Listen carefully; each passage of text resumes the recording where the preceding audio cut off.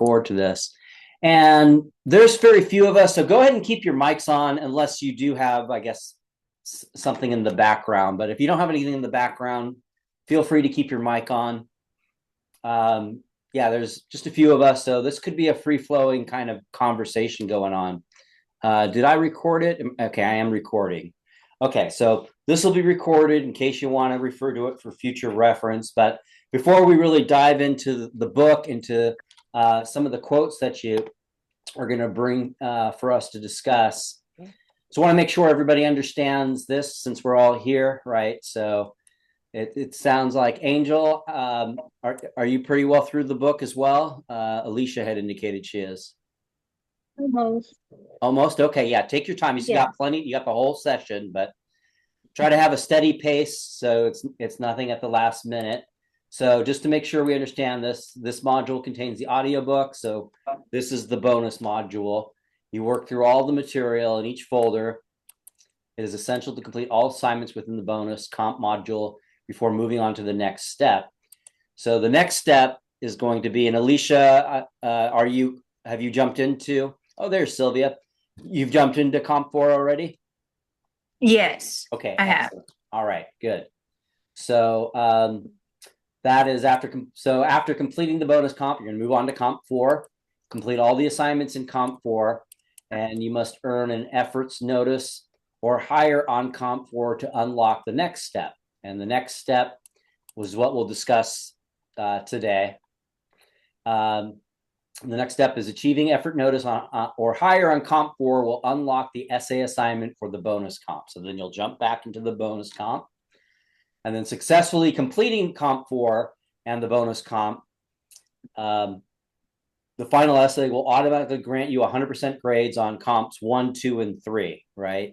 So, and do keep that in mind, right? If some of the stuff is challenging to earn an A grade, especially the final exam, right? I'm full confidence that any of you guys can do it, but if you fall short, the fact that you're getting A grades for Comps 1, 2, and 3 makes it very likely that even if you got a B on both of Comps 4 and the bonus comp, you're going to end up with an A in the course.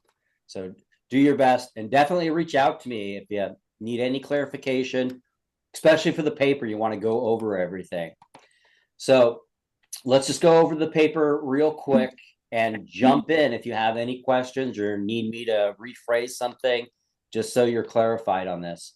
So the final paper for this course will require you to submit a written response to the question, what does it mean to be an American within a timed exam? So let me explain two things are going on there. One, what does it mean to be an American is basically what you're threading in the prompts that are down below.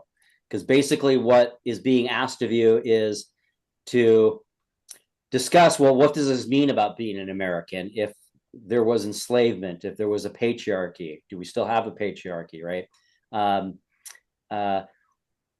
The fact that this was profit driven, right? People are motivated by money, right?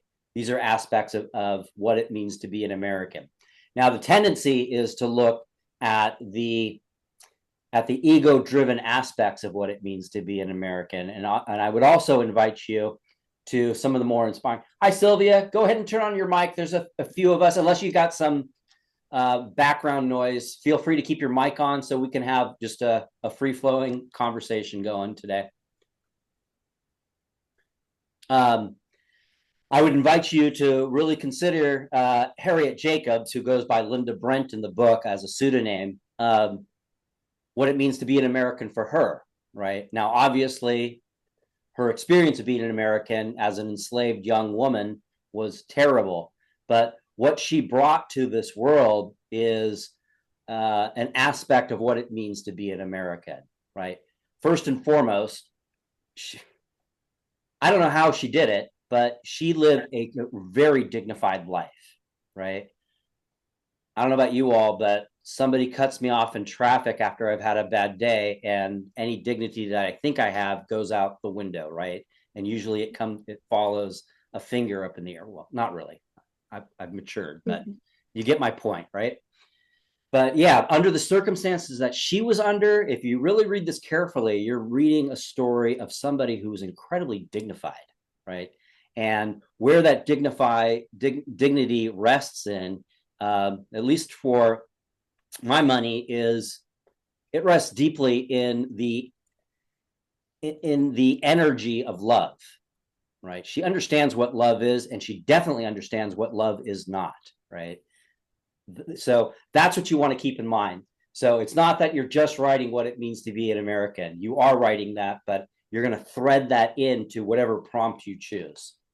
So the other aspect of the first sentence here is it is a timed exam. So what you need to do is prepare your essay ahead of time, type it, write it out, whatever is most comfortable for you, but have it ready, because you're not going to be able to upload any documents to the submission window. You need to type it in real time, right? So keep that in mind as you're preparing. You'll have plenty of time. You'll have, I think it's a 4-hour exam, so, but it is a timed exam, but 4 hours seems to be plenty of time for all students who have done this assignment in the past. You will need to select one of the provided prompts and develop a written response that explains how the text in relation to the prompt explains what it means to be an American. To successfully complete the assignment, it is crucial that you adhere to the following guidelines. Referencing assigned content. The references must come exclusively from the assigned content, assigned course content. This includes at least 3 references from at least one of the recorded discussions. So you notice I have, shoot, this thing always gets in the way. Let me minimize that for just a second. And okay, there we go.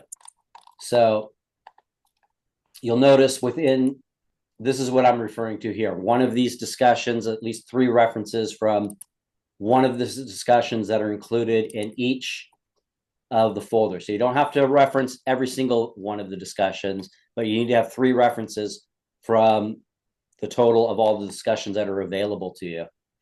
And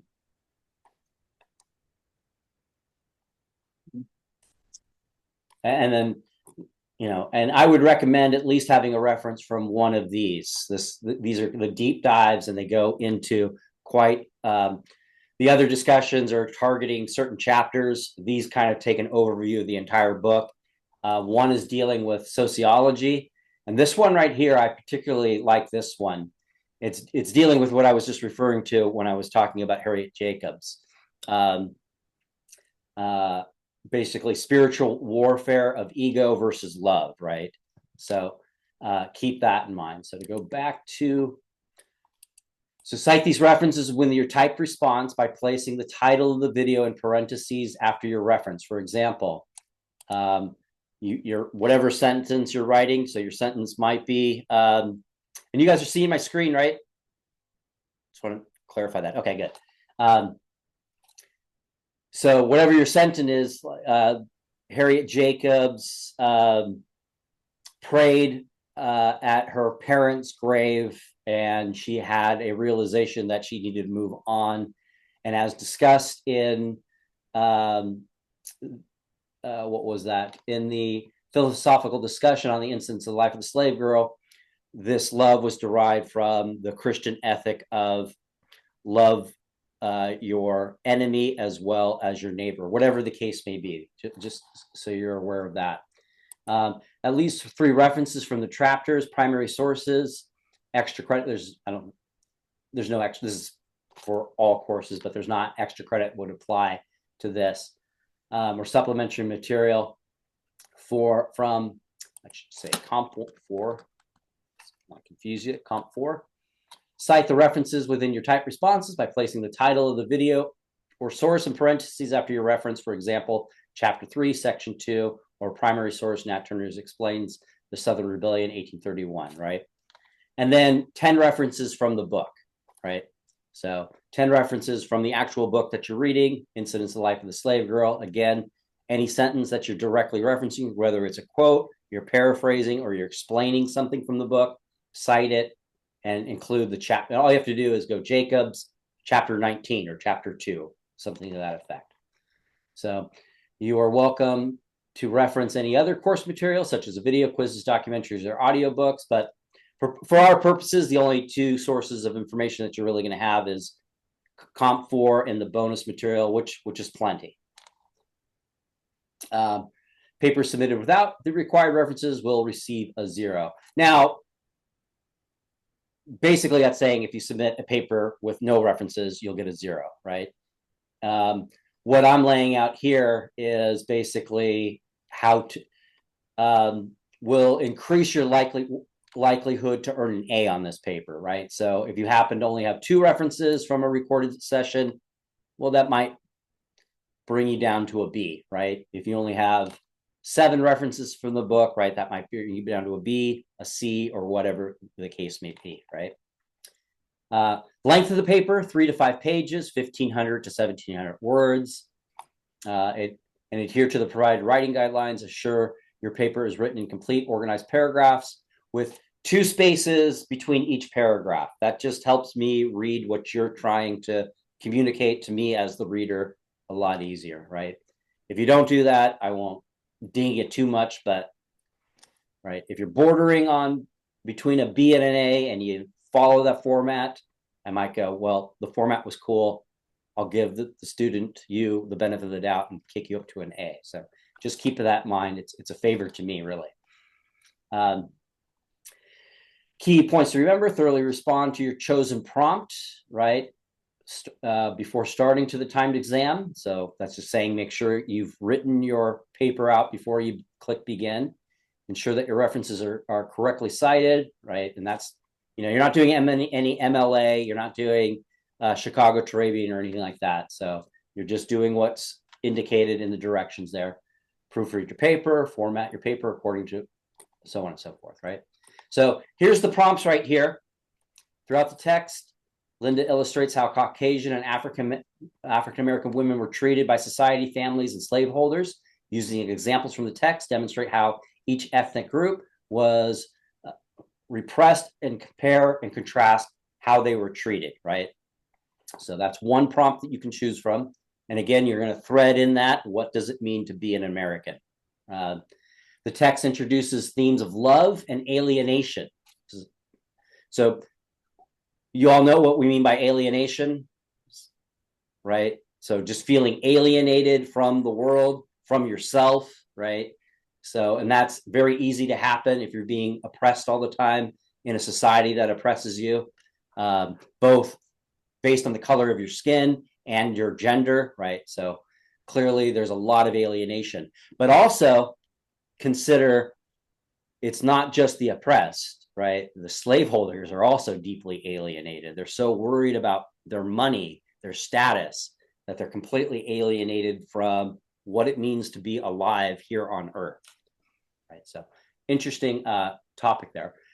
Provide and explain examples of how Christian faith, right? Because the reason why, it's not trying to push any faith on anybody, but this book is deeply seated in Christian faith, given that's the culture of these people. And religion in general can be used to justify evil as readily as it can be used to promote justice. And you'll see there's plenty of examples either way. Analyze and explicit examples of both cruel and benevolent slaveholders. So you'll see examples of that. There's definitely cruel ones, but they're also benevolent, which means kind slaveholders, right? To an extent, and we might have a chance to discuss the limits of their kindness, right, in our discussion. And for purposes of time, I'll just kind of quickly go through this. In initial chapters, Linda describes several of Dr. Flint's unwanted advances and explains her longing to remain pure and virtuous. In subsequent chapters, Linda is still attempting to avoid Dr. Flint's advances, using examples from the text, explain how Dr. Flint's sexual advances cause a change in Linda, shifting her focus from self-protection to protection of her children. Additionally, referencing contemporary Me Too movement, explore how this text can be considered the first Me Too post, right? Indeed, this is, if you hear commentary on this book, is often kind of referred to as the first Me Too post, because that's really what she's talking about here, to a world that really wasn't listening at that time. and to the extent that anyone listens today. Okay, so um, I thought I'll kick off this discussion, and then I'm going to hand it over to you guys. But I thought, when I first picked up this book, well, actually, I read this book. It's interesting. I read this book in college in my sophomore year, and I remember it being a very good book, and I was moved by it. But I was much younger, and it was just for an assignment, and so it didn't really affect me too much. But I recently assigned this book for the first time as a teacher about 2 years ago. And when I read this book, given that I've lived a life, I have a family, I've had my knocks in life, I've had my successes in life. Even though, I would be arrogant and naive if I said I could relate to what's going on in the story. One, it's from generations ago. Two, I'm definitely not a person of color. And three, I'm not a woman, right? And so a lot of the stuff, in all sincerity, I can't relate to because I have not lived this experience. But it does move me, this book. There's been times where I've had to put it down, and yeah, I've wept, right? What's going on here is deeply sad. It's full of sadness. I've been full of rage reading this book, but I've also been inspired that dignity can be maintained even under the most extraordinary, cruel, and brutal circumstances. And that dignity is extraordinary because I would completely understand if Harriet Jacobs was not a dignified person, if she was full of rage, if she was angry, if she was lashing out at anybody and everybody in her life. Totally understandable if that was the case. But the first few sentences really give us kind of open up the curtain to explain where does dignity come from, right? So let me go ahead and read just the first couple of sentences here. I was born a slave, but I never knew it till 6 years of happy childhood had passed away. My father was a carpenter and considered so intelligent and skillful in his trade that when building out the common lines were to be erected, he was sent from long distances to be a head worksman on the condition of paying his mistress $200 a year and supporting himself. He was allowed to work at his trade and manage his own affairs. His strongest wish was to purchase his children, but though he several times offered his hard earnings for that purpose, he never succeeded. In complexion, my parents were light shade and brownish yellow. Okay, stop there. I think we get enough. This is what I'm getting at right here. So, why didn't she know she was? Why was she unaware that she was a slave until she was 6 years old? I believe it is because her masters, the people who owned her parents and her family, were kind of seen as more benevolent masters. They allowed their slaves a little bit more freedom for the context of a slavery, for the context of a slave to um, Yeah. have a little bit of leeway. He was able to work his job as long as he paid his mistress, and his um, mistress allowed the teaching of Bibles and kind of was a little kinder to everyone. Yeah, so we have an unusual circumstance for an enslaved family, right? They basically live in the equivalent of a middle-class home. Mhm. And she described him as a carpenter, but I think I would probably describe him as a master architect, right? This guy probably Mhm. literally was building plantations. Yeah. So he knew what he was doing. He was very good at what he was doing. And more importantly, outside of any kindness of slave owners, she was allowed to live for the first 6 years of her life in a home with a mother present Her father had to leave town, but when he came back, he was present.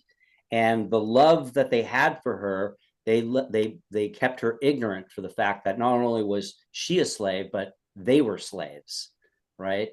And Yes. so that, this is, it's kind of, it can be kind of personally discouraging, especially if you're a parent and you think about this.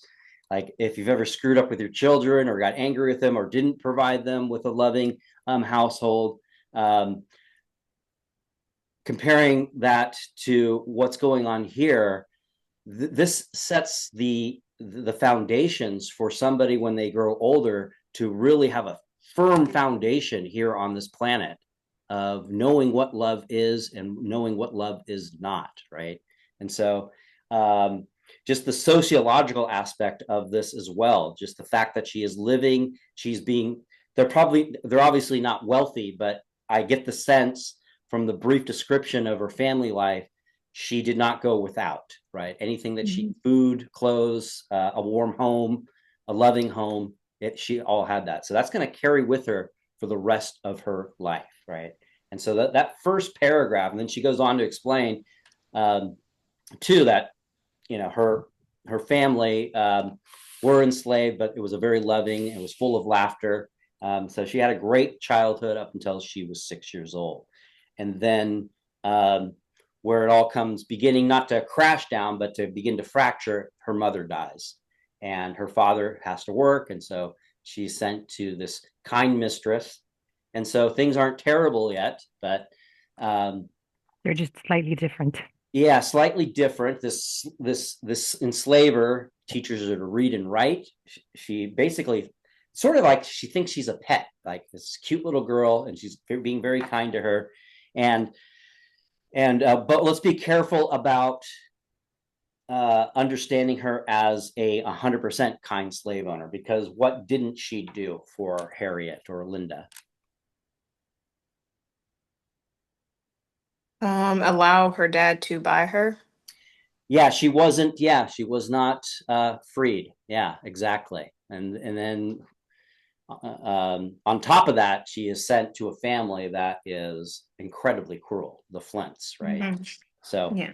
just want to set that up. And so, anybody have a quote that you'd like to read that touches on the themes of love, ego, violence, gender, race, family, power, or patriarchy? And your quote can touch on more than one of those, a few of those as well, and then it kind of explain how it touches on those. So I actually did three different themes, but I believe I'll be able to articulate ego better Okay. out of them. Yeah. So the two quotes that I chose here was from chapter 2, and I kind of pulled up a PDF, so it's about page 18 or 19, and it says, "What cared my owners for that?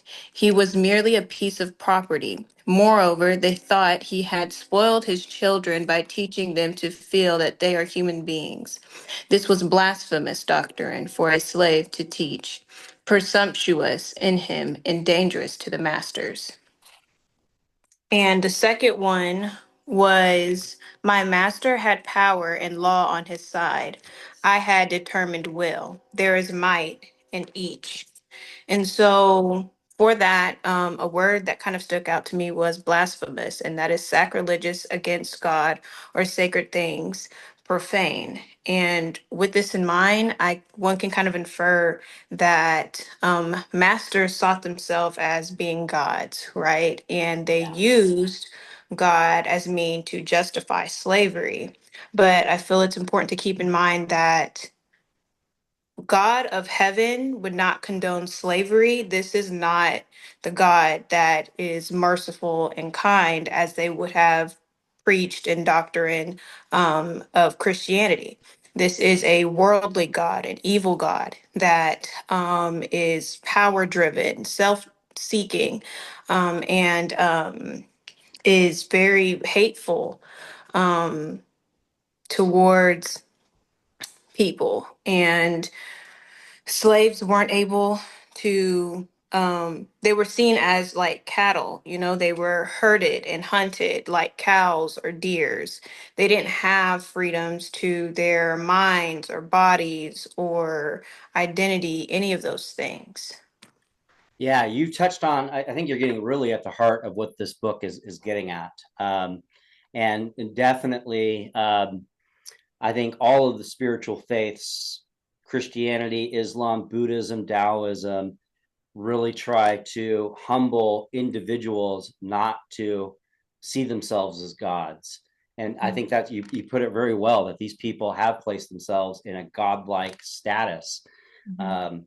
Just their very existence of having, anywhere from a dozen to hundreds of people in their backyard that they have absolute power over.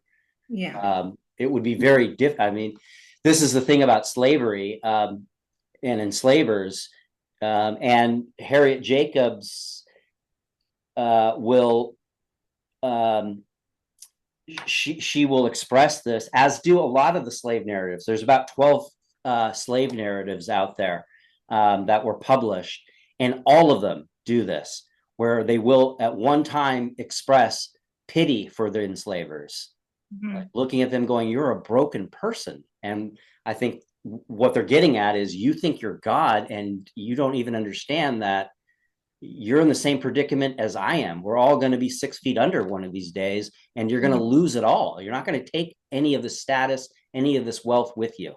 And it's Mhm. and in the meantime, it's creating a hell for you here on earth because you're so preoccupied with that. Can you read that quote, the second quote, one more time?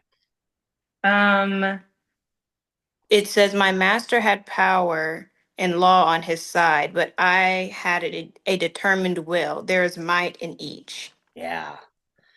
That to me is probably one of the most powerful quotes in this entire book. Mhm. It really gets to the dichotomy between the two. Yeah, he has law and power, but she has this determined will.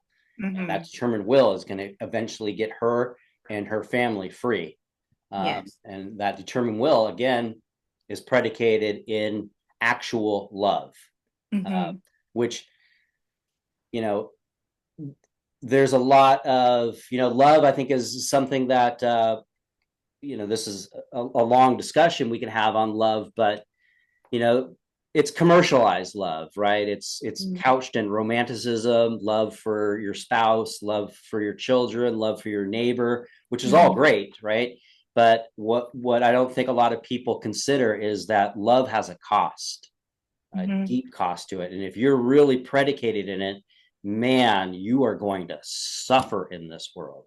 Mhm. um, and I think that's where that kind of what separates, the people that we look back in history, whether it's Harriet Jacobs, whether it's Martin Luther King Jr. or Gandhi, um, or a host of other people. Mother Jones is somebody that comes to mind, right? People who understood what love was and weren't really worried about, their day-to-day comforts, right?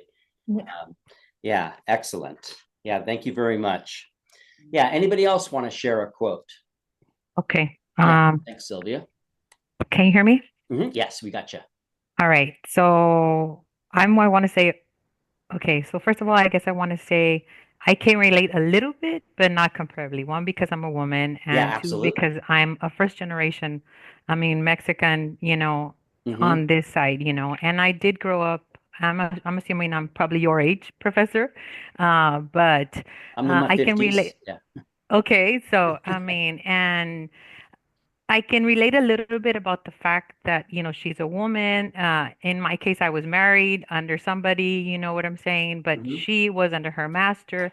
But I'm writing off of, I don't know, the lady that just spoke right now. What was your name? Alice? Alicia. Alicia. Lisa? Yeah. Okay. All right. So mine is in relation also to that. And that's the second. I mean, I'm not that well educated. I'm still, like I said, That's a fine. Yeah. freshman, but my vocabulary, I have had to go in there and really use a thesaurus. I Oh, mean, just, good. to make Yeah. sure all these words are making sense, Yeah. and to decipher, to say the least, some of these words. But Mhm. I was a little skeptical and fearful of, what is it, committing to this bonus because of the fact that you seem to be very confident in, this story and what you feel like as a man. And so me trying to explain this in my terminology was one of my fears. But anyhow, getting back to the quotes, mine is also composed a little bit about has to do in relation with like the ego, the slave holder, in that sense. And my quotes are mainly from chapters like 9 and 14. Okay. I don't know if we've already supposed to have finished the book or Yeah, no, you got the entire session to complete both competencies. So okay. I And think we're about a third of the way through the session. So just okay. pace yourself. Yeah. All right. So the first one for me is from chapter 9. I want to say it's page 48. Let's see if I have it under. It's page 48. And it's like it says where it says various were the punishments resorted to. A favorable, what is it? A favorite one was to tie a rope around a man's body and suspend him from the ground. Um, what is it? A tire was kindled, or a fire was kindled over him. Yeah, from which was suspended a piece of fat pork. As is cooked, the scalding drops of fat continuously fell on the bare flesh. Um, I think just those words, I mean, themselves, um, it is beyond punishment. It goes like beyond the ego. I mean, we talk about what were they thinking? You say about these personalities, you talked about the psychological aspect of somebody's mind. Not necessarily the trauma, but that they were just not right in the head. I mean, it was inhuman. It was just, how can they do this? Because they weren't just doing an action, or the action went way far beyond, what something reasonable was. I mean, these people really took it to the extremes. Um, what else can I say? Another quote that I had, am I explaining this correctly? I don't know if this is right or wrong. Yeah, there's no right or wrong here.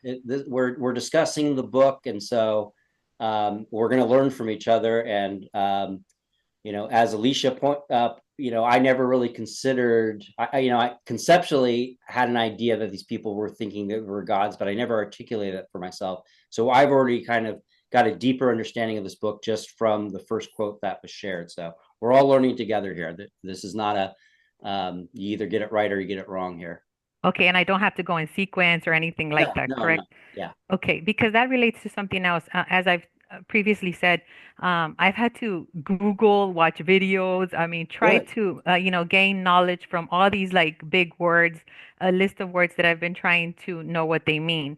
Um, so, for example, another thing that brought in this for this book was patriarchy. I know we hear it a lot, but it's referenced so many different ways, and it caught me just watching different things, reading different things, um, a little bit more about our country, and just the different ways patriarchy has come along from then till now, and how patriarchy cannot necessarily just be about a country, the way it's run, but also in a husband or a master, or, the house itself and a household, and how we grow up. So it has made me also like understand the verbiage, or how to explain different adjectives, I guess, to describe what we live in, right?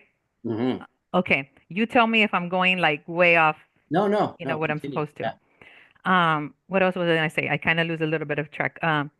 In reference to the inhumane ways and the way they took it like beyond the scope of uh, punishment, or uh, yeah, I guess punishment, to the and the inhumane way that they treated slaves. Another one came from page, what is it, 50, that said another neighbor was Mrs. Wade. At no hour of the day was there cessation of the lash on her premises.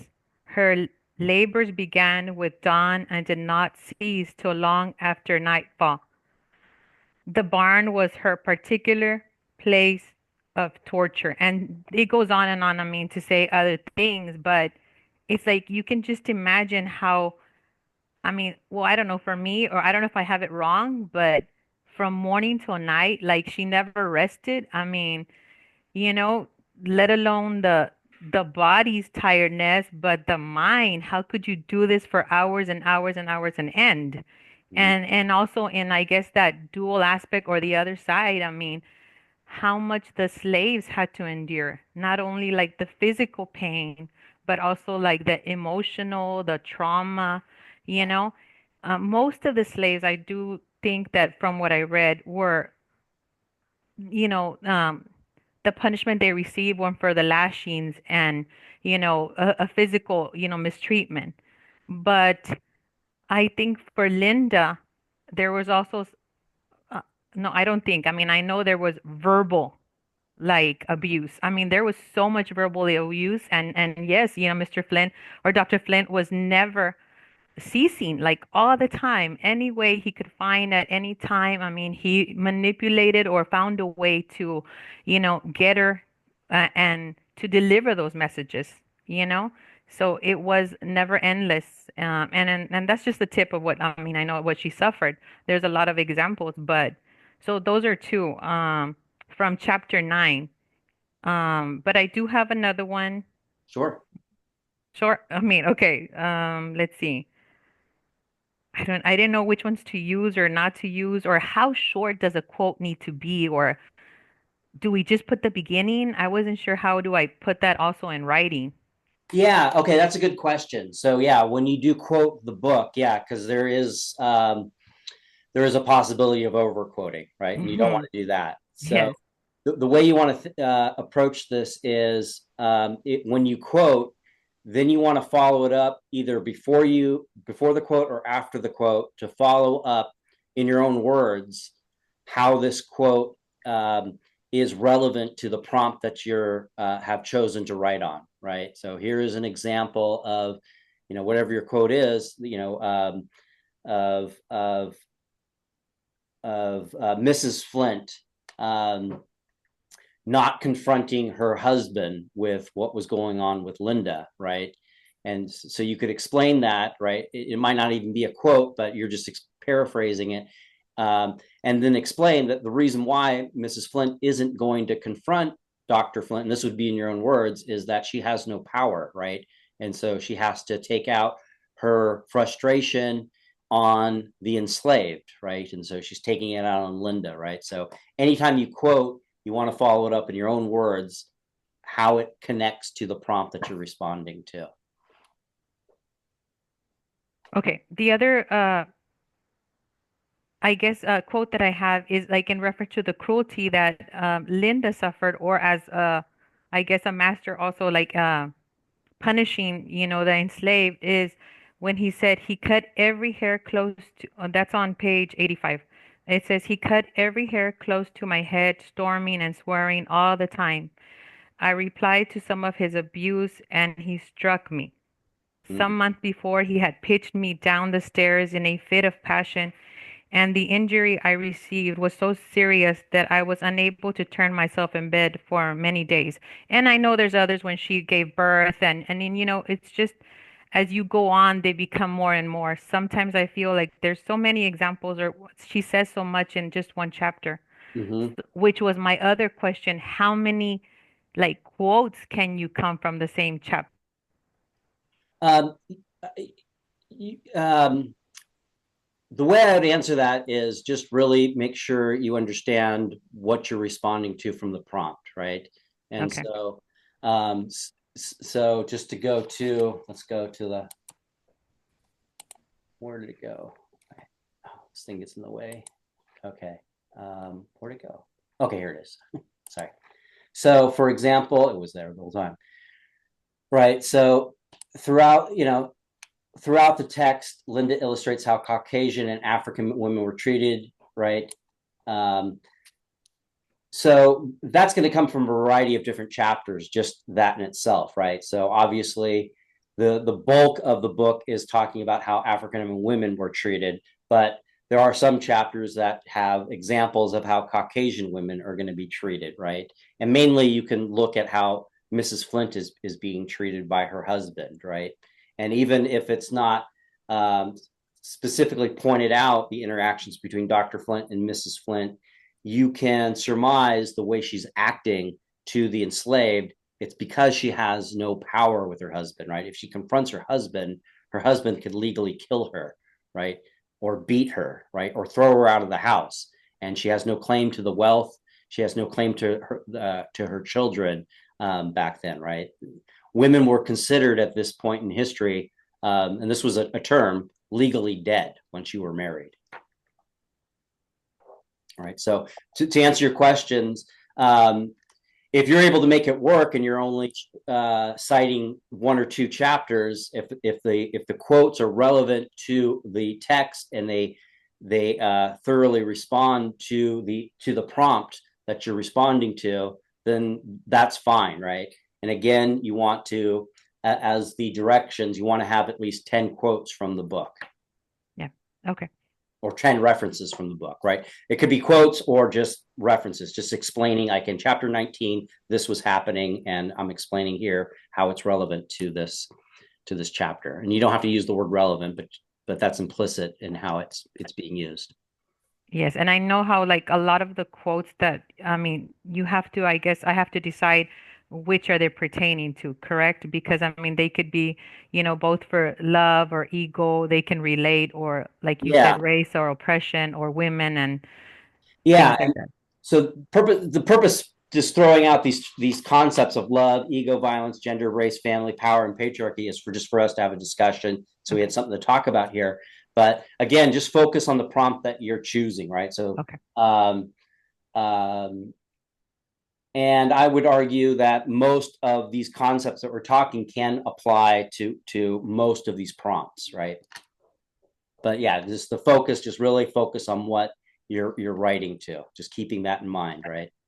Sometimes it helps you even write the prompt out, hand write the prompt out, so you can really go, oh, okay, this is what I'm responding to, rather than just reading it and looking at it, right? Handwriting it, taking a few minutes to handwrite it will really make a connection to your mind and your heart to that. But did you have one more? Okay, you already read that quote, or was there another quote that you wanted to get to? In reference to just anything, I mean, because I kind of feel like I jumped around one from like, I No, guess the that's fine if you don't. slaveholder and If you then the don't, punishment. yeah, no, that's fine. One thing, just to comment on the cruelty, like it goes beyond just being cruel. I mean, this is imaginative, right? They thought about this, hanging this guy up and having this pork fat drip on him. This is terrible. It's worth considering why they're doing this. Why do you think they're being so cruel? I feel like, well, if that's a legend, it's like everything. I think when people lash out at you or people verbally, like you said it also once a little while ago, was the fact that there's something missing in their life or they're not all really there. And that's just a form of like uh, taking it out. They did I don't remember the name, but I want to say that there was a little boy that after they beat him up, then they threw him in that, machine or bin or something. And then, he died there. There's just so many things that they go beyond, Yeah, just the punishment alone. you're absolutely right. They're not right in the head, right? This society, the whole system has made everybody has turned it basically has created a frenzy, right?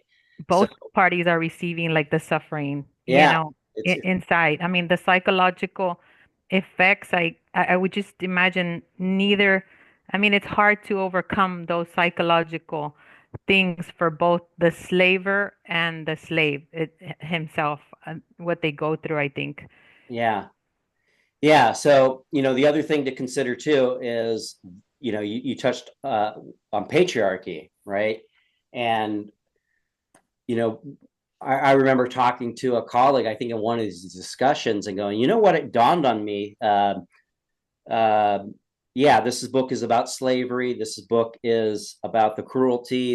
Book is a primary source about the antebellum. It's all of that. But this is basically an illustration of what patriarchy looks like completely unchecked, right? So the cruelty that you're seeing there is a byproduct of that patriarchy with no checks. So you imagine what a plantation was. It was an isolated community, right? There's nobody there to tell them, hey, you guys are acting like knuckleheads, right? This is terrible what you're doing. They're able to justify it in their minds all the time because they have this place in society. They're men, they're men's of status, of means, and this is what it takes to continue this system. The other thing I would invite you guys to consider too is there's a practical aspect to this cruelty. I mean, this is a question students will ask when we look at the very few slave revolts that happened, right? And the question is why weren't more slaves not revolting?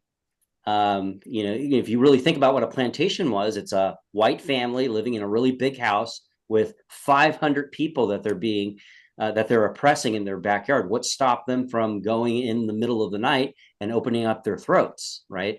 That happened during slave revolts, but very rare, right? The cruelty is why they wouldn't do it, right? This is what happens when you get in the way of our power. You whether you backtalk us, you run away, you don't work hard enough, and they have to set that example or the whole thing falls apart. Because in South Carolina, by the time the Civil War happened, Black people outnumbered white people 2-1. There were 50% more Black people than white people. Very insidious if you think about it. The reason why there were so many is they were breeding them, right, for profit. And as you pointed out, Alicia, they were literally treating them as livestock, right? And it does call them, doesn't it call them chattel or something? What is a chattel? I haven't. Chattel is basically a livestock word, right? So chattel slavery is the type of slavery we're seeing, right? It is systematic, backed by law and the economy, and it is ingrained in the society, right? So it's basically explaining of these people are livestock. I think in some of the chapters, or one of the chapters, it said something that it was due like to ignorance of the slaves, because they didn't know any better. Like the example about some lady came to her to read the newspaper about the queen running the thing, and that she went, and she said that uh, it referenced back to the fact that you still had a choice. I mean, at any extent, but even there living, like her grandmother had a choice. I mean, she made a choice. I can relate. I can see how all these overlapping uh, adjectives that you use. I mean, the dual or, uh, you know, um, I don't want to take over, but it is. I mean, it just keeps going on how, if everybody would just know more, or the blacks would know more, they wouldn't be in that position. They were ignorant of the fact of, what was going on in the north, or in the south. And it's like, I think in one of the, it says that one of the masters told, the slaves, or somehow the rumors went down that, what, if you ran away, you were going to die of starvation, and that one of the girls only had a potato like every so many days or something. But but then she found, she spoke to her friend, and she said that never happened. So you never heard of the ones that did make it out, and so there wasn't any hope. They're being kept ignorant, right? This is Yes. a means of control. And then two, understand that Linda, Harriet, is a different type of slave. She's not a field slave. And so being a field slave, you're going to be really, you're working from sun up to sundown under really oppressive conditions, hard work. You're not being taught to read and write. And then when you go to church, especially after the 1830s, you're going to be, your preacher is most likely going to be white, and they're going to be very selective of what they read in the Bible, right? And that's an interesting note, right? There was a time pre-antebellum where there were a lot of enslavers that did teach their slaves to read and write, because they were starting to hear criticisms from the North that slavery is wrong, right? And a caveat, let's make sure we understand, the North wasn't a bastion of enlightened white people. They were just as racist. It was just a different set of circumstances. But they would teach them to read and write because they could then justify it in their own minds and hearts that we are teaching them to read and write so they read the Bible so they can have their souls saved, right? And so we're doing a good thing here, right? But after the 1830s with the Nat Turner Rebellion, Nat Turner was a preacher, and he, for some reason, really gravitated to the story of Moses, right? And so he embodied Moses, and that's what he was telling his followers: I am Moses, and we are going to get to the land of freedom, right? And so after that, there were laws before 1831 when Nat Turner's rebellion said, don't teach your slaves to read and write. But after that, those laws are going to be enforced, and very few enslaved people are going to be taught to read and write. Alicia, you've had your hand up for a while, so did you want to make a comment or a question? Yes. So you guys were talking about like patriarchy and the enslaved, and I honestly I talked to my family about this book so I can kind of understand what I'm doing and Sure. what's happening and Yeah. stuff. And something that a cousin had mentioned to me was mental prisons are far worse than physical ones. You know, in chapter 6, she Mm, talks about the felon's home in a penitentiary is preferable. He may repent and turn from the error of his ways and so find peace, but it is not so with a favorite slave. She is not allowed to have any pride of character. It is deemed a crime in her to wish to be virtuous. yeah. And so that is, Yeah. it speaks to that, like, why didn't more slaves rebel and have that insurrection to where they could be free? I also wanted to talk about patriarchy. So the two verses I have are both from chapter 4, and they're about on the same page. The first one is, for my master who's restless, craving, vicious nature, roved about day and night, seeking whom to devour. And the second one is, when he, the master, told me I was made for his use, made to obey his command in everything, that I was nothing but a slave whose will must and should surrender to his. Never before had my puny arm felt half so strong.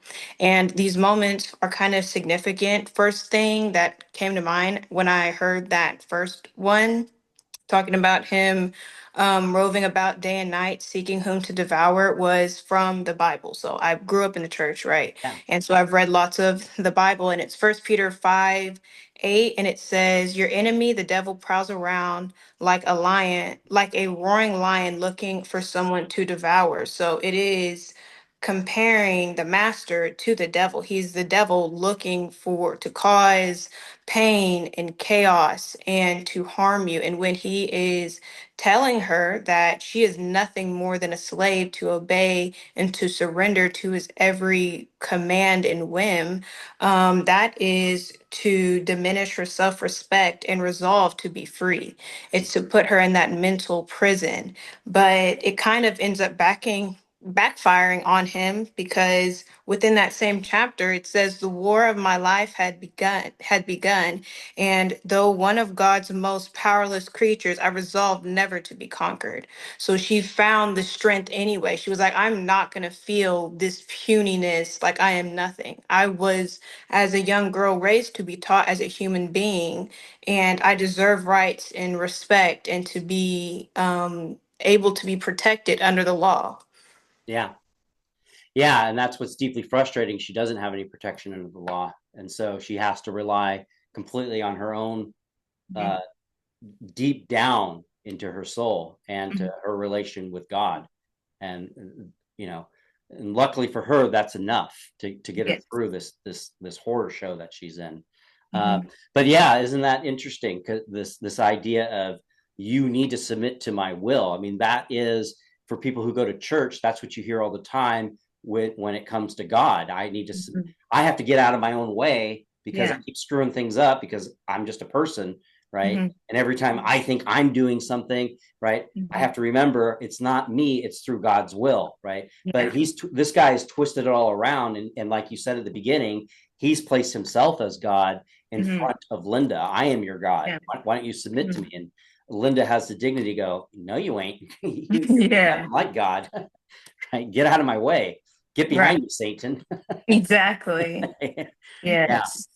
So yeah, that is a running theme throughout this book, right? Men Mhm. of means and status thinking that that gives them some sort of the power of God itself, and it's Mhm. deeply pathetic.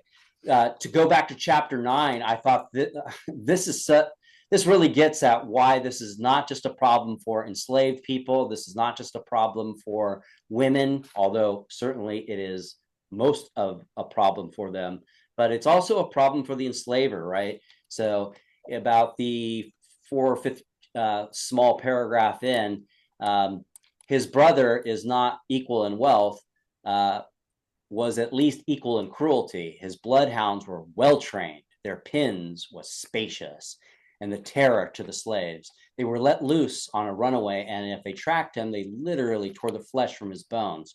When Mhm. this slaveholder died, his shrieks and groans were so frightful that they appalled his own friends. His last words were, I'm going to hell. Bury my money with me. How Mhm. pathetic of a death. This guy is screaming his head off like a little child, dying, and he knows he's going to hell, and he still doesn't get it. Bury my money with me. And what's funny about this is she goes on to say that because he had shouted that out, people are like, oh, this guy's got money. And they kept digging up his grave. And Mhm. eventually his body is consumed by birds of prey, right? Mhm. Even in death, he had no rest, right? Uh, Right. yeah, this is a yeah, this is why I'm again why I'm really glad that you guys took on this book, because I think it teaches us so much about U.S. history. It's one thing to read about slavery in a textbook, 3 million people being 3 to 6 million people being taken from Africa, and having to endure being whipped and having to work. You're reading that and you're going, okay, that's going to be C in the multiple choice quiz, right? And you can get a sense of how bad it was, but here, not only do you get a sense of how bad it was for enslaved people, but you get a true sense of how bad it was for everybody involved. This is not good for anybody. And again, it comes back to a system of patriarchy, and understand what patriarchy means. It's not just that men are in charge and women need to be obedient. It's unchecked power, right? This is what happens in a society when there's no checks on people's power, right? Not from a political system, but also not even from a social system, right? This is where you know people often wish to win the lottery. I would be devastated if I won the lottery, because Mhm. then if you have hundreds of millions of dollars, how do you really know who your friends are thereafter, right? Mhm. And then if people want something from you, and then if you're acting a fool, there's nobody that's going to say, hey, the way you just talked to your wife, that wasn't cool, right? Well, I don't need anybody who's going to criticize me. Get away from me, right? this Right. is this is what's going on here. Yeah. Okay, Angel, do you have any quotes that you want to share? Yes, I do. Okay, excellent. And I'm in the same boat as Sylvia too. This is Sure. new to me, so I'm learning, as y'all are speaking, I'm learning. Um, so I had two quotes. Guess you can say sorry, and I'm like still trying to fight the code, so Okay, if no you can't problem. understand me, just let me know. Sure, we got you loud and Um, clear. so I guess it's within love, family, and race. Okay. Chapter 5, where as she says, I once saw two beautiful children playing together. One was fair white child, and the other was a slave and also her sister. Mm, Um, that kind of like, oh, and then she goes on to say that how because of the fair child, she's a slave. She doesn't have the right to be brought up as the slaveholder's daughter, which is her sister. To me, that was just like, wow, like it's so crazy how these men had their way with the slaves and had children with them, but yet they still couldn't be brought up, obviously because they were born into slavery or slave women. Sorry. To me, I was like, that cheered me because I've had children as my own and seeing like Hmm. these, they probably didn't even know they were sisters because I believe in a part of the book they say that they couldn't speak of that. Yeah. Yeah. I mean, that's what's Sorry. really insidious about this. The father, if he's, just to get to the heart of the matter, raping his slaves, Right. he's going to deny, even in his own mind, that those are his children. He won't acknowledge them, right? It's just more property, right? And Yeah. in the colonial era, this began in the colonial era, as slavery developed, right? There was a time where to be a slave wasn't meant to be a slave for life. The few at first it was poor English people coming as indentured servants that were basically treated as slaves, and they worked for 3 to 7 years, and then they were given land if they lived, right? But what happened is, uh, because they were promised they were going to get land and opportunity, they soon realized that the game was rigged, right? And even if they got land, the land was useless. They couldn't be farmed. And so by the 1650s, 1660s, a lot of these former indentured servants, which also included people from Africa early on, revolted against the early plantation class. And there was this one huge historic event called Bacon's Rebellion, where Jamestown in Virginia was nearly destroyed by this revolt. And during that, you both had white people and black people fighting in this war against the plantation class. And that would make sense because they were both treated the same. And so what happens after Bacon's Rebellion, and this is like 1676, is that the planter class was like, okay, we knew this was coming. We created this kind of class consciousnness amongst people where they're not looking at each other as white or black or English or African. They're looking at each other as former work, as colleagues, comrades, who are all having to work and being oppressed with a common enemy. And so splitting up the races began then by creating laws that, yeah, black people will be enslaved and the child will follow the maternal line. So what that means is that if a black woman who is enslaved has a child, that child is now a slave, right? And this is insidious because it creates an incentive, a financial incentive for the enslaver, the male enslaver, to rape his slaves for profit, right? And so it's terrible. But that was really the heart of the matter of what's going on here.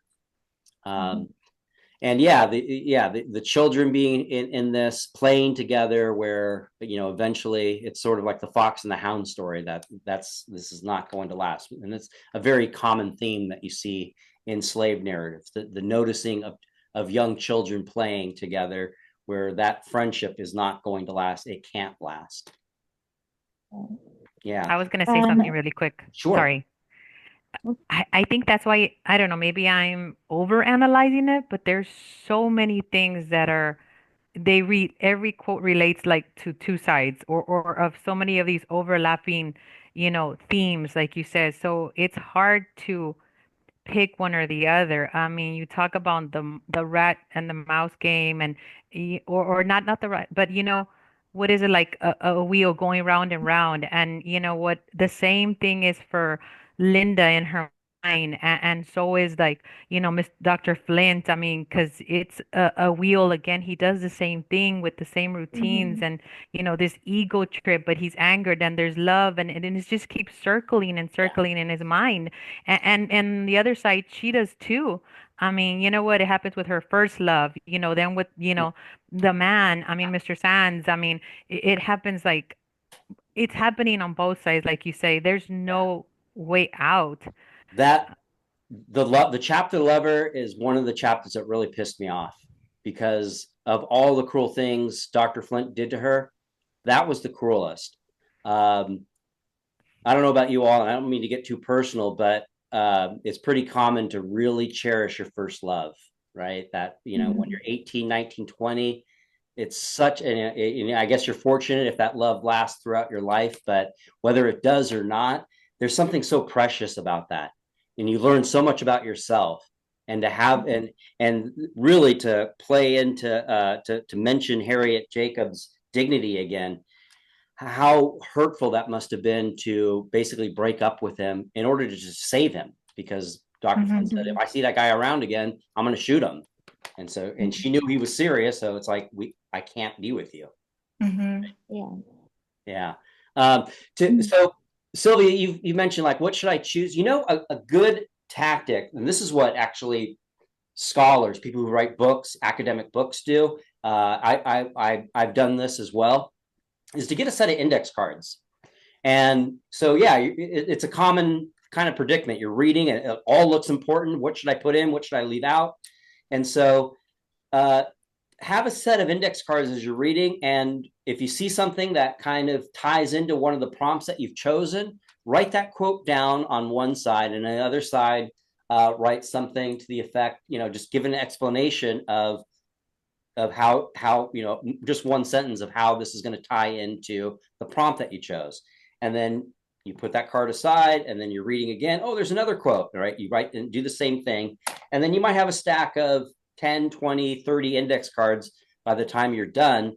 And then you could lay them out on a table and begin to outline your paper, right? Going, oh, these set of quotes need to be in the first part of my paper. This set of quotes need to be in the middle part of my paper. And these set of quotes or references to the book need to be at the conclusion, right? And so you have this visual representation, and then you get on your keyboard or your notebook, and then you begin just writing your paper based on what the note cards are basically saying. This is, I'm not a scholar, right? I'm just a teacher, right? I don't write anything. I don't go to conferences. I've just dedicated to teaching. But the people that, I have colleagues that are constantly writing books, and then you'll look in their office and they've got shoe boxes in their office, and in there are index cards. That's how they're able to churn out papers and books, because they're caught in the same dilemma. They're reading, they're researching, they're learning things for the first time. And so they've got to have this kind of tangible way to put it all together. And that's a very good tactic that seems, I wouldn't say it works for everybody, but it does seem to work for a lot of people. So give it a try. And if it doesn't work for you, then abandon it, but see if it works for you. Yeah. If there's any other quotes, I'd like to leave the last 15 minutes to see if there's any questions you have about what's being asked of the prompts. But so we've got a good 7 minutes if you want to share any other quotes or any other questions just pertaining to the book, or any comments or insights you want to share here. We can do that right now. I just like how throughout the book she mentions her age. At the age of 21, she already had 2 children, and the way she thinks about um trying to escape and leaving her kids behind, but like her mentality is just so more mature than what a 21, and then being a You had to grow up slave. fast. Yes, that like I was noticing that, throughout the book. I haven't finished the whole book, but I see that, and I'm just like in awe with her, because she has to endure all this suffering, having to deal with Dr. Flint, her having to go hide into the swamps, being bitten by a snake, like to endure all that pain and suffering just to get where she's like, to get freedom, and then get freedom for her children. That just, I mean, Yeah. And not to give you, I don't know where you're at in the book, but we could do a spoiler alert here if it happens. But how does she ultimately get her freedom? What is the initial way that she gets her? What does she have to do to? haven't gotten that far. Yeah. Does anyone want to say that right now? What is the most extraordinary thing that she does to get away from Dr. Flint and to make sure Dr. Flint doesn't sell her children? You can go ahead, Angel. No, I just got up to, I believe, 23, chapter 23. Okay, so you've gotten there, right? What I'm referring to Yes, is that she hid out in the garret yes, for shed months and Mhm. months. for 7 years. This Oh, oh, this I is didn't know it was 7 years. extraordinary. Yeah. So she's Oh, I she just got like goosebumps. yeah, it's pretty clear to her that if she goes to work on Dr. Flint's son's plantation and her children are sent there and she's being sent there being punished because she will not succumb to the seduction of Dr. Flint. I say seduction, Right. it's not seduction at all, but which is interesting. We can talk about that too. But she realizes that I if I fool Dr. Flint in running away, then he'll have no reason to sell my children, and he'll just basically give them to my grandmother, um, and that's what happens. And so, yeah, and to give you a little bit of background in this book, that was one of the things. This book was published in 1861, and it really wasn't assigned until the 1970s, uh, mainly because people didn't believe that this was a true story. Um, and one of the reasons why they didn't believe it was a true story, it's like, who would actually hide out in an attic for 7 years, right? Mhm. Also, just because it is a well-written book, and how could a Black woman write this well, especially back then, right? So people disbelieved her, right? And the abolitionist movement this is in 1861, and so people were thinking that Maria Childs, who's the editor of the original edition, who was an abolitionist and a feminist, wrote this book out of fiction. It was there was an English teacher that went through. She discovered all of the letters that were written. She was able to document all of the pseudonyms and connect them to actual real people. And so she was able to demonstrate that, yeah, this was real. Everything in this story is real, and most of it can actually be documented in writing through letters and correspondence and whatnot, right? So pretty amazing stuff there. Mhm. And just a quick word too. Do you find it interesting that, because she mentions that there's 11 children that Dr. Flint had that were from enslaved women uh, that he raped, right? Mhm. You find it interesting that he doesn't sexually assault her. I mean, he assaults her, but he never. He's so obsessed with her, but Yeah, he, that's so interesting, right? Mhm. It seems to me that one, he doesn't know what love is, but to the extent that he does know what love is, he loves her. But Mhm. his mind is so twisted, his heart is so twisted, that he can't he can't convey that to her, right?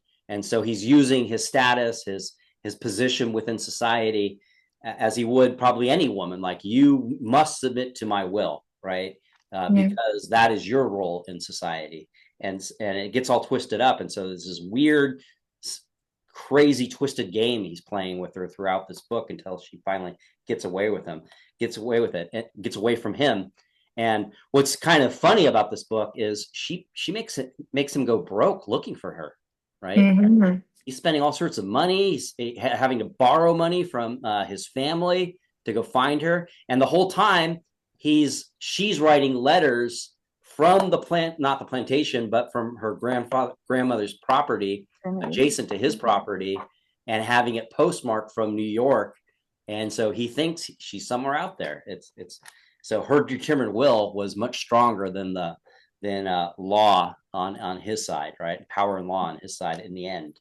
Yeah. So we can still discuss any insight, but I do want to leave room. Do you guys have any questions about the prompts that are? Yeah, I still think I'm sharing. Any questions about this, right? Throughout the text, this one's pretty straightforward. Um, any questions about this one right here? The text introduces themes of love and alienation, provide examples of how Christian faith and religion in general can used to justify evil as readily as it can be used to promote justice, or analyze explicit examples of both cruel and benevolent. This means kind, right? Slaveholders, and subsequently enumerate some of the qualities of those masters, which means describe them. then delineate some of the trials, explain some of the trials a slave might have or might not have faced living with a cruel or a benevolent slaveholder. Does a benevolent slaveholder truly exist? If not, what were the limitations of such benevolence, right? Any questions about that prompt, what it's asking? Okay. And then finally, in the initial chapters, the text, Linda describes several of Dr. Flint's unwanted advances, her longing to remain pure. This, obviously this is somewhat of a value today, but understand in the context of this time, it's completely different than how we view it. This is really real, right? And so the fact that she has an affair with Mr. Sands is deeply troubling to her, right? And it does kind of, even though Angel, you said that how grown up she is, but that does, it sort of reveals she was still a teenager trying to figure out how to get out of this crazy thing that she was in. And it's a crazy plan that she has. She thinks, okay, I'll get with this white guy over here and I'll have children with him, and he'll eventually, he seems to be kinder and maybe he will free us and our children, right? That's something a kid would Her think. thinking that Dr. Friend Yeah. And the fact will that she's choosing, allow him to buy sorry. her. And No, go ahead, Angel. I cut you off. What were you saying? oh no, that's okay. Okay. Okay.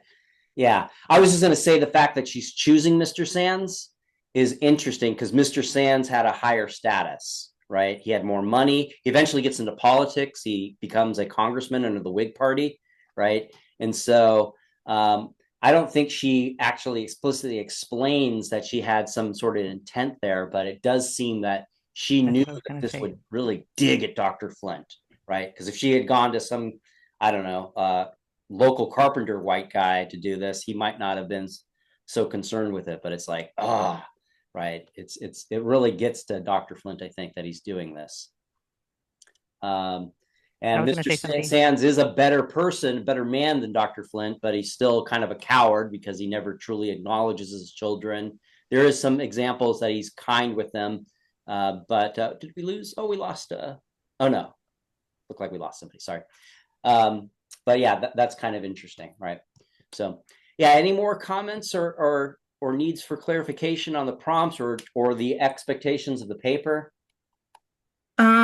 So I don't really have questions about the paper. I feel like I got a pretty good grasp on that. Okay. But I just wanted to like elaborate, I guess, on what Angel was saying about the maturity Yeah. aspect of things. When you sent us the message, you sent us like a list of like kind of prompts almost or questions that to ask, and one of them was families.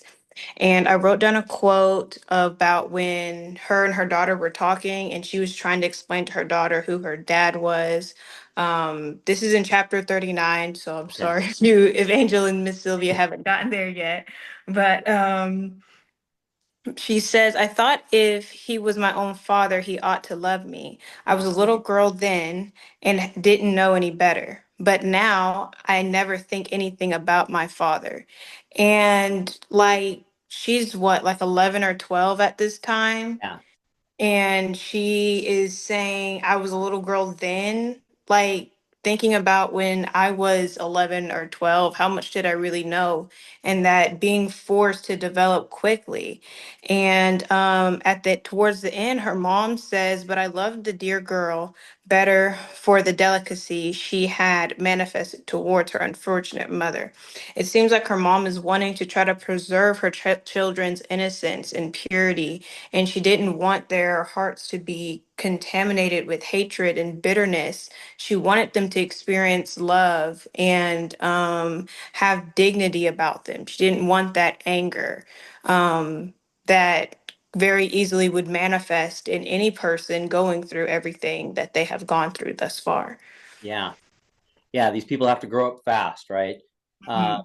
And probably most people grew up faster than we do today, right? They don't have the comforts that we do that can kind of insulate us from the realities of this planet that we're on, especially Mhm. even if you're not well off in the United States, right? You're still insulated. But even more so with somebody in this circumstance here. And so, yeah, that is incredibly insightful for 11 or 12-year-old girl to go. Basically, she's saying, I don't care about that guy, right? You're Yeah. my mother and you're my rock. And so that's all I need. And how, what a gift that little girl gave to Harriet, right? That must have been Yeah. deeply affirming, because she had sacrificed so much for these children without hesitation. Yeah, and to some extent, like I relate to this particular part. I didn't grow up with my biological dad, right? And I Mhm. didn't necessarily have to grow up um as fast as her daughter did, right?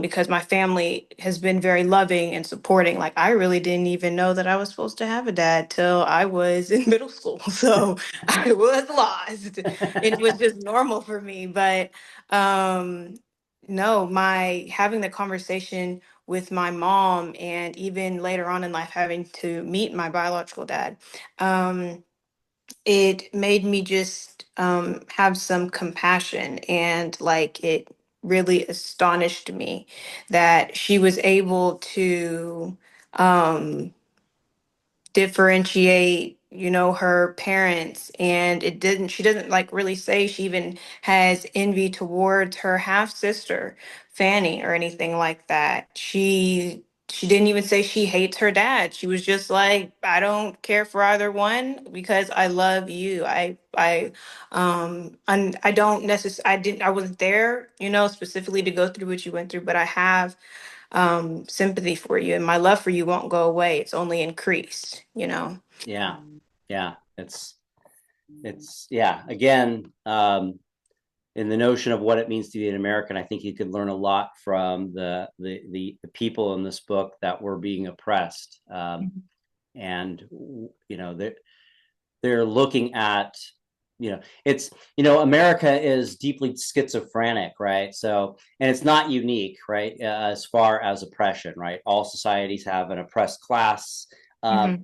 But what makes it frustrating in America is literally the founding documents say all men are created equal, right? And this equality in the law, but yet it's being denied by, it's only reserved for white men of means for a good part of, probably a good 2/3 of its history, right? Mm-hmm. And so it's I wouldn't say it's more fortunate for someone who's being oppressed where there is no hypocrisy, but Mm-hmm. I think it could be deeply frustrating because words and concepts matter. If there is this notion of freedom for a person literally right there in front of you, and Mm-hmm. it's denied for to you, how unbelievably frustrating that is. Mm-hmm. That this idea of these beautiful, lofty concepts of freedom, of equality, are just that. They're words, and it's just reserved for a certain class of people. So in Mm-hmm. that case, they really don't mean anything when it comes to reality. And then, yeah, you can broaden out.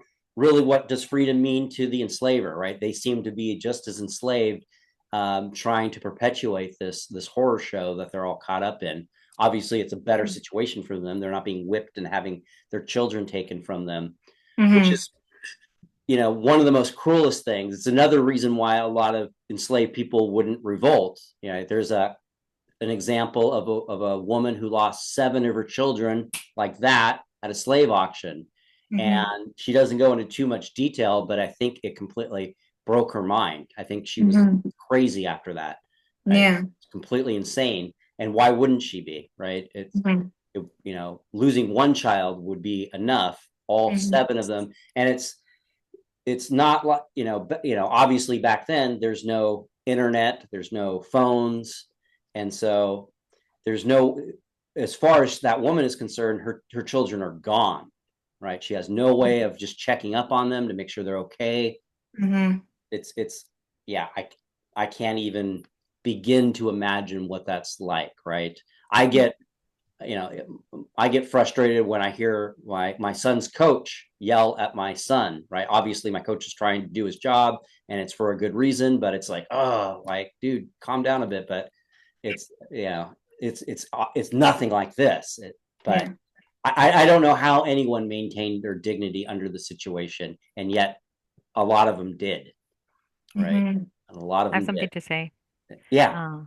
Uh, Before we end really quick, I mean, it just seems to be that this book and these topics not only relate to her, then even in this time and age, these things still occur.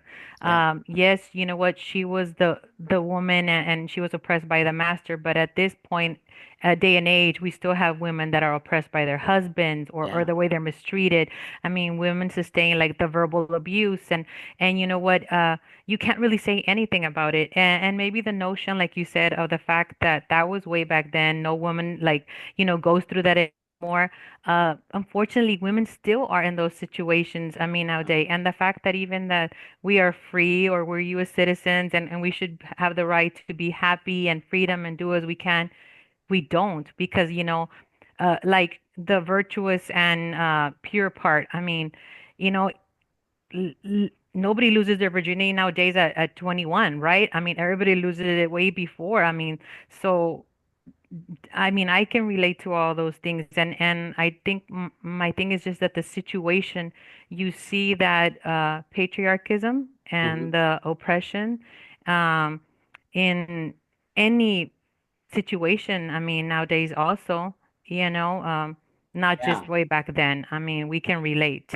And you don't have a way out of it. As much as you have that freedom that they talk about, I mean, you Yeah. can't. We can't act as we want to all the time for whatever it is, financial reasons or education or plain ignorance because we don't know any better, or our parents, that shame that she felt, Hmm. we may feel it too with our parents, because that's not the way, or the expectations that they had, like, her grandma had of herself when she, gave in to Mr. Sands.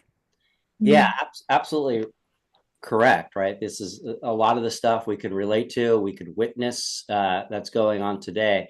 And even if we're not talking about an abusive relationship of emotional abuse or physical abuse, um, this is something I had to learn, right? I've been married now for 15 years. For about half of it, it wasn't a very good marriage. And it was pretty interesting when I got my shit together and started realizing that, oh, my wife, who seems to be nagging all the time, criticizing me, is not supportive. Um, um, when I started actually looking at myself and going, instead of just walking in the house and seeing a sink full of dishes, going, oh, oh well, right? When I started cleaning the dishes, doing the laundry, if I saw the carpet needs vacuuming, doing that, lo and behold, I started having a very vibrant, beautiful marriage, right? And so, yeah, I was never abusive. I never yelled or screamed at her, but I was basically, I got married and started treating my wife as a mother, right? Which is not a good way. And that's part of the patriarchy, right? And so it affects men who even think that, hey, I'm a good guy. I don't yell or scream or hit my wife. It affects because we have this expectation that, oh, my mother made me sandwiches and cleaned my dirty underwear. I guess that's what my wife is going to do.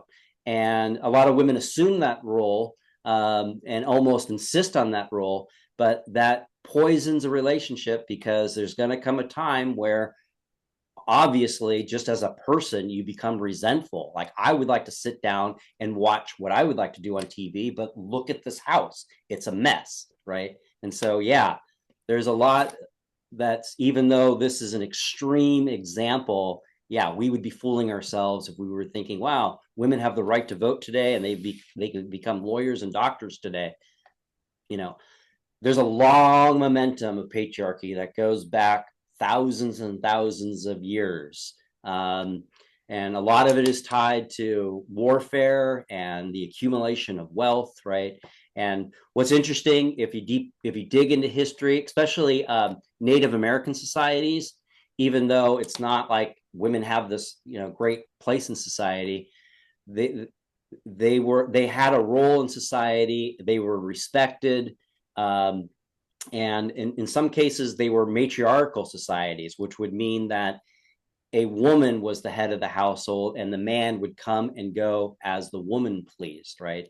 And so it's not something ingrained as people. These are cultural and historical inputs that are going to take individuals to do a lot of self-reflection and going, it doesn't have to be this way, right?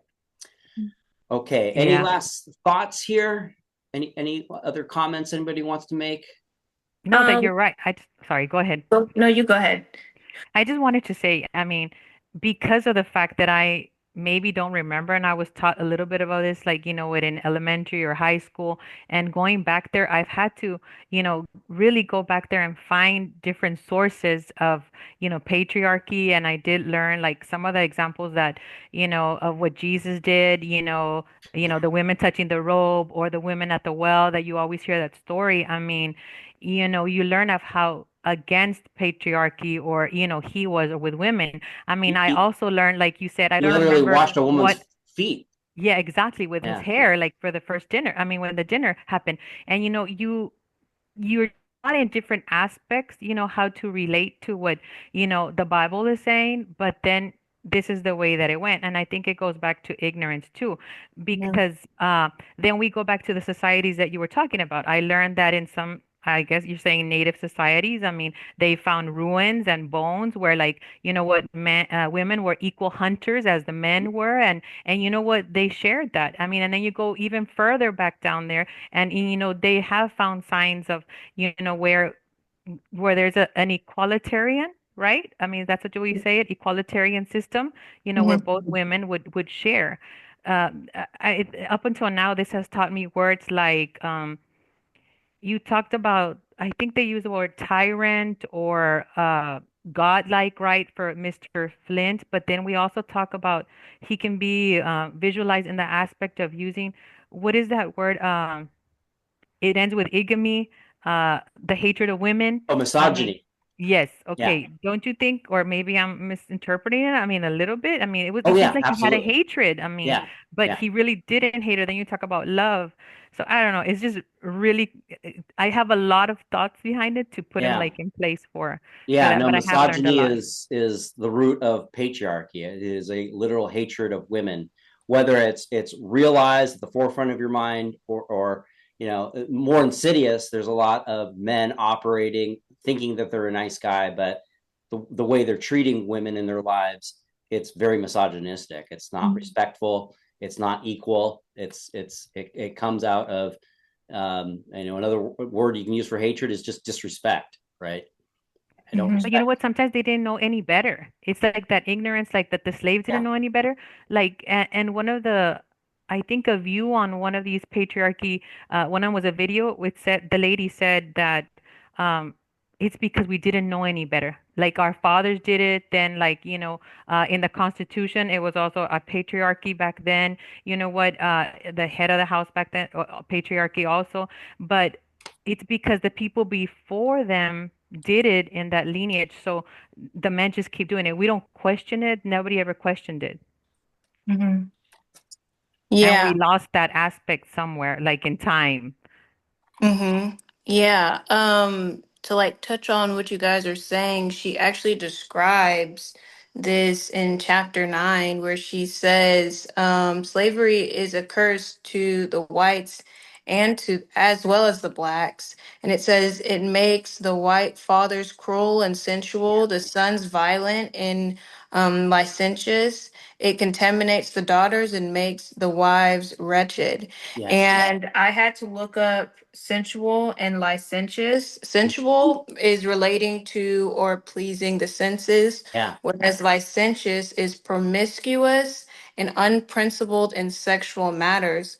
And in like comparing those two definitions, although I feel like they could, in some way be used interchangeably, um, it reminded me of the Bible where it says, the generation after will be wickeder than the one prior to. And it's just going to keep uh, going on in that cycle. And that is basically what's happening here, where the fathers might not I'm not, it's still very horrible what they're doing, but it's less, but the sons see their dads doing it and then they lose even more morals. And so they gets worse and worse and they start thinking of worse things to do. And as you said, it just becomes premeditated things of inhumane cruelties to inflict on the slaves, and it makes why the daughters are watching their mothers become jealous and bitter, and they might not know what's going on behind the scenes because their dad is sleeping with the slaves and taking the slaves as priority over the mom. And the mom is like, pay attention to me. I need you to focus on the family. I need you to be the leader of the household. And the daughters are like, well, mom's just mad at the slaves. She doesn't like slave women. And so I hate them Yeah. too. And it's just a continuous cycle of just violence and vile. And really, at some point in time, you they just don't know. They don't realize what's going on, as Miss Sylvia said. Another Exactly. thing that I was gonna like kind of bring up, since I know we're like past the time, but I did enjoy this discussion. I feel like I learned a lot from people Cool. here. And if you guys wanted to like get together, it doesn't have to be like on Zoom or something. I can send my number into the group chat so that we can kind of talk about it and we can ask each other questions to gain like a different perspective on either quotes or Nice. understandings to things. Oh, that's So beautiful. And yeah, Yeah, that would be great. Pronto, you guys can do video chat on Pronto. So if you think that can work for you, absolutely. mhm. Real quick about people being ignorant and then perhaps learning from it. This is a very famous picture from the civil rights movement. This is at Little Rock Central High when Mhm. segregation was happening. This is Elizabeth Eckford. She is a 14-year-old girl being accosted by these grown women. I mean, these are OG Karens, right? Going Mhm. after her, right? And she's being escorted by soldiers. These women went around the soldiers in order to, I mean, you can see what this woman right here, her name is Hazel Bryan, is shouting. We know what she's shouting, right? Uh, Mhm. what's interesting about this picture, though, is, this went viral before the word viral means what it means today. Uh, Mhm. she was deeply ashamed by this picture. She saw this picture and went, I look ugly, I look hateful. And for the next 2 years, she did some sort of soul searching. And 2 years later, she went to her and her family sobbing and apologized and became Mhm. a lifelong civil rights activist. Mhm. So, what does it mean to be an American? Yes, there's this oppression, there's this patriarchy, there's this profit motive and what it does to people. Um, but there's also this dignity that can come out, and probably one of the reasons why she was able to have some sort of self-reflection. I mean, look at her, she's just steadfast, she's just walking, ignoring them. Like if she turned around and did what probably anyone would do, yell at these women, there would be no opportunity. And I have no expectation that she should have been dignified under the situation, but there's a lot of power right there, right? She's half their age at least, and is way more powerful than any of these women right here. But yeah, all right, it is going to get late, so I'll let you guys go.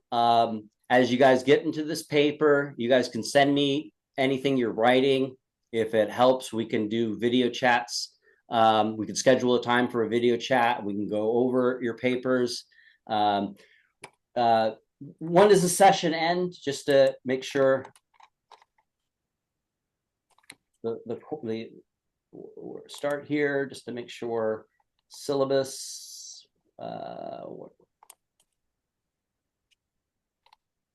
Here we go. So the session ends March 7th. So understand we've got about a month left. Oh, and just to give you guys a secret, you guys have access to the course a week after the 7th. And so I always bake that into students in these courses that you have a week after the 7th. So the 14th, you really have, right? Do your Mhm. best to try to get it completed by the 7th. But if you need that time, take that time. But do try to pace yourself. What I try to tell students, especially in a condensed course like this, is I get it, you guys were working, you have families, but try to dedicate at least 20 minutes a day and you can split that up, 10 minutes in the morning, 10 minutes at night.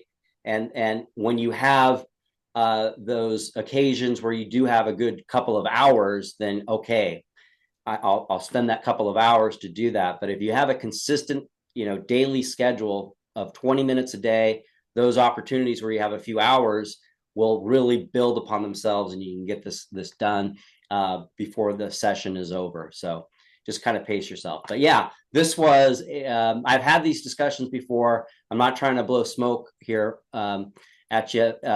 This was a very insightful discussion. You guys did a great job.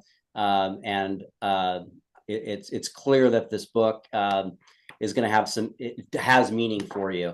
So I'm looking forward to reading what you come up with. Don't think it is as much as going for the grade, but just really pay attention to the prompt and just really bring yourselves to the paper, and you guys will do fine on that. And do reach out if you have any problems or need clarification on anything. All right. Thank you. All right. This is Have a good recorded. night. I'll send the recording sometime tomorrow in our chat in Pronto, so you can refer to it later if you need to. Thank you. All right. Thank You guys you. take Have a care. good night. Bye. Good night. Good night.